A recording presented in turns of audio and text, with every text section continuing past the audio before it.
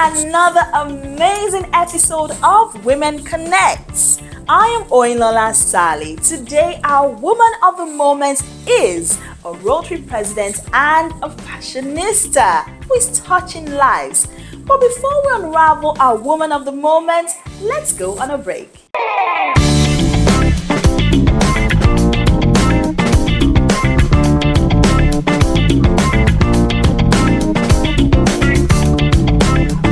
Our guest on the show today is an amazing fashion entrepreneur and as well as a Rotary leader. I'm sure you're wondering who this person is. Well, don't guess any longer.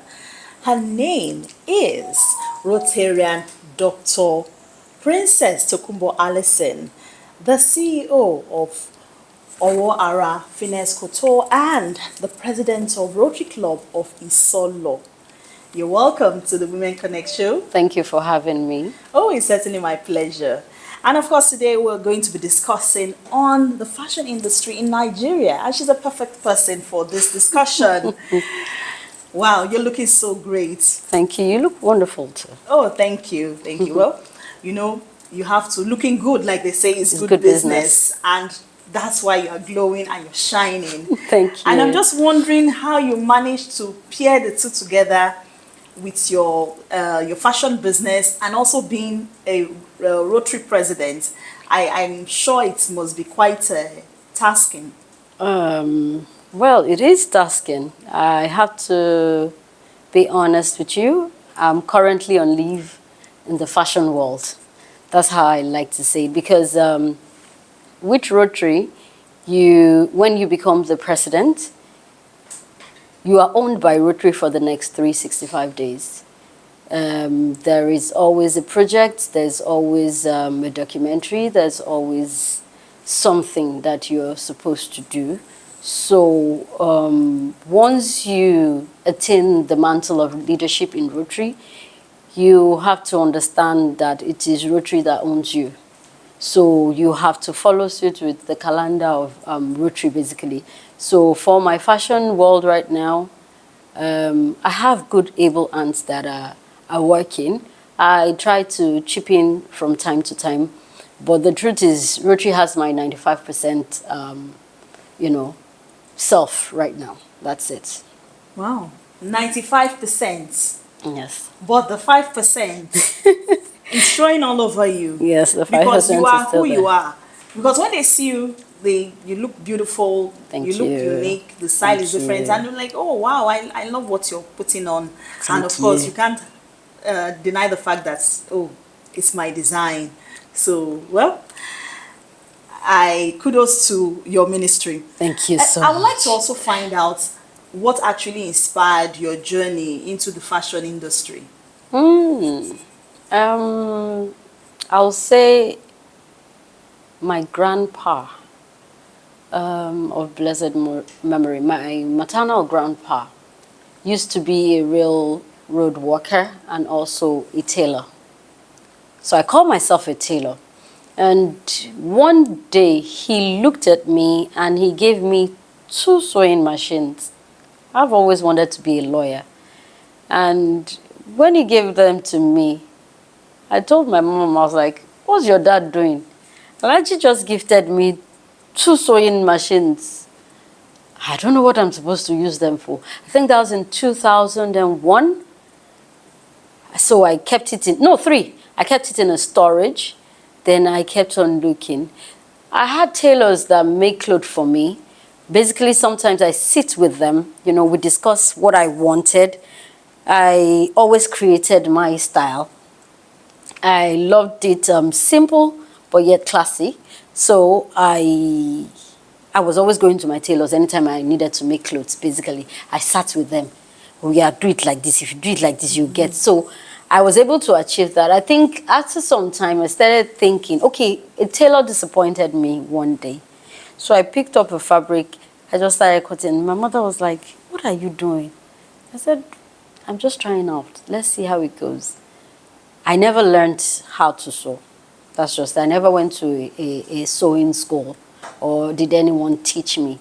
I just have to watch you at what you do to be able to grasp what you do. So I never learned how to be a tailor. I schooled myself. So when he gave me that machines, I gifted one out to somebody that wanted to do shoemaking. So I was left with two. So I was disappointed by a tailor one day. I tried to cut something. It worked, but it didn't work perfectly, definitely, because it was a first trial. Then I think I got two tailors, no, a tailor to start work. So I described how and what I wanted. Then we started like that. And I think by 2004, I officially started Owoara. By 2010, I registered it as a brand. And that was how it started. Wow, that's interesting. And looking at your beautiful designs, I must say they are quite unique. Thank you. And let's talk about your personal style. I've looked at your pictures, you know, they look so nice. And of course, it's flatters, you know, how you look. So just take us through that.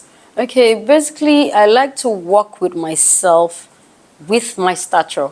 I do not wear what everyone or what is in trend. Let's put it that way, because what might be in trend might not really sit well on That's some true. people.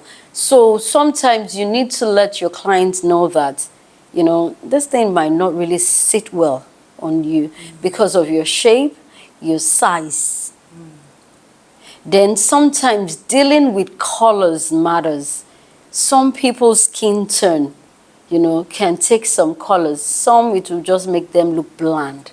So sometimes in relating with clients, you have to let them know that once you see a particular style, let us assume that, okay, the person is slim. It looks good on the person. You are a bit plummy. Do you think it will sit well? You know, we all have different shapes. Some people are big up, some people are big down. Then you want to wear a certain kind of design that might not sit well with somebody that is way busty up and slim down. So sometimes you have to work with your shape to make it look, you know, good on you. That's interesting. Okay, let's take a look at the current fashion trends. What is presently trending and how do you incorporate them into your designs? Okay, currently there's a lot of Ashoki, Adire, Ankara, you know, going on. And I really like it because our economy right now is not favorable. So we need all our money that we're earning to keep circulating in the economy instead of taking it out. So it's really something good for me to actually see people walk with Ashoki and Adire and Ankara. It's amazing. It's something that I really appreciate. We're embracing our culture. Though we're putting a little bit of modern, you know, style in it, but then it's still our indigenous clothes. So it's really good.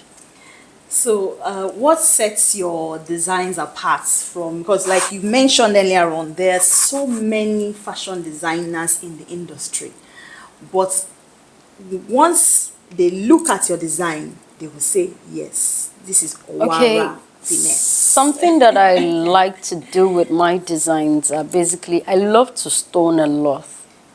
I love to stone, I love to bead. It sets it apart. Um, you know, when people see it, and I don't just stone, I like to follow a pattern. Like, you know, you have a design on a cloth and you want it to, you know, come out. You don't necessarily just have to throw all the stones on it. You have to walk your way around some patterns and designs to be able to get that. So basically, I love to play a lot with stoning. That's something I love, and beading. I love to do that, you know, just to, you know, set it apart a bit, just to give it a touch. That's good. And how do you stay up to date with the present industry trends and developments in the fashion world? Most especially as a Rotary president, you're caught up in your cause for humanity, and yet you need to stay on top of of your game. Um, Rotary is it's a world of its own. Fashion is another world, but you know, as a president, you're being seen every day, so you need to look good. You cannot be a president of an organization and look, you know, you just have to look good. So Even if it takes me like maybe an hour of the day to actually think of, okay, what do I do? How do I do it to blend in Rotary with fashion? Rotary is a humanitarian organization whereby you meet a lot of people that are serious-minded, you know. So you have to look that part of being serious at the same time. You have to be fashionable.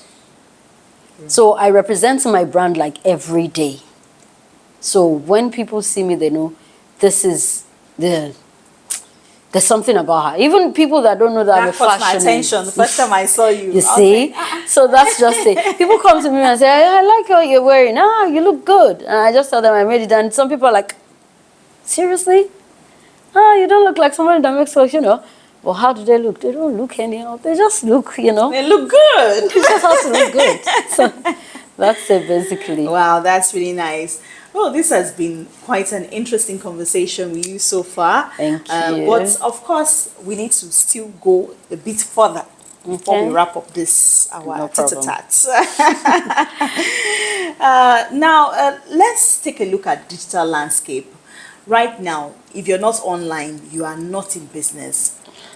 How have you managed to stay relevant in this digital era in terms of promoting your brand, letting the world know of Owoara Finesse Couture?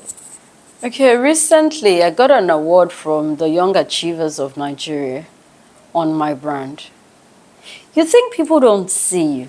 They do. Somebody nominated my brand, Owoara, for the award. I still don't know the person till date. He went through my profile and he saw that, okay, yeah, this is actually true. She is, you know, who they say she really is. You understand? So I try as much as possible to put my product out on this site, the web space.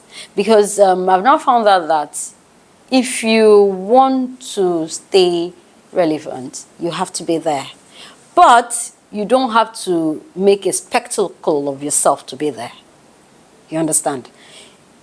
You don't need to do the unthinkable or say be a nuisance. Just keep putting yourself out there in your own way that you feel comfortable with. Don't be pressured by what is going on. The web space is saturated. We have a lot of designers in coats. You know, we have a lot of tailors in coats and all that. But the truth about it is your passion for that job, your dedication towards that. I live and breathe fashion. I just don't know. I have to look good. It's not because of anybody. It's because of me. It makes me feel good. All right. Well, let's put the icing on top of the cake. And of course, you have gone through this journey and you have experienced a lot that many people would want to experience, especially aspiring fashion designers.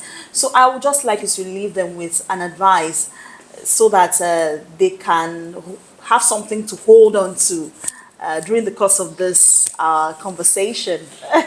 Okay, first of all, be sure of what you want to do.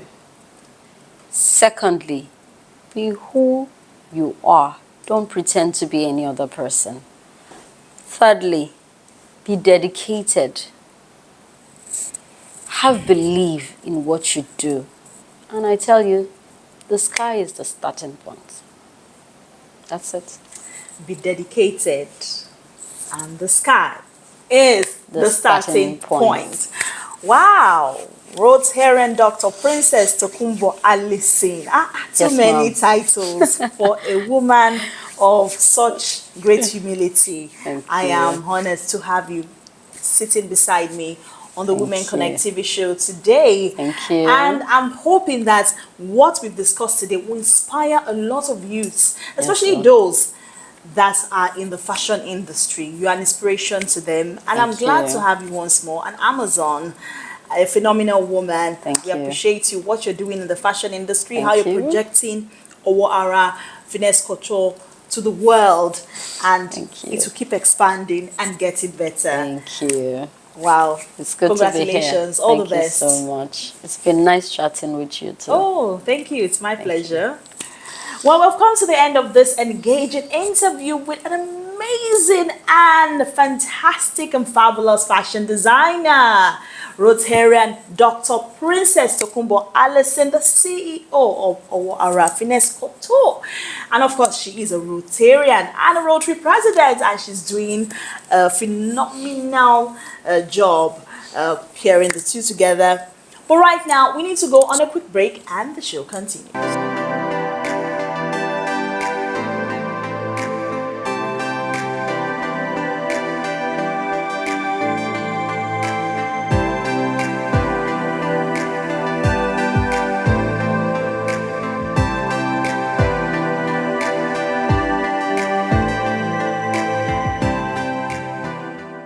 It's been an awesome journey on Women Connect. Don't forget to follow us on all our social media handles. I am Owoara Finesse Couture. Keep connecting.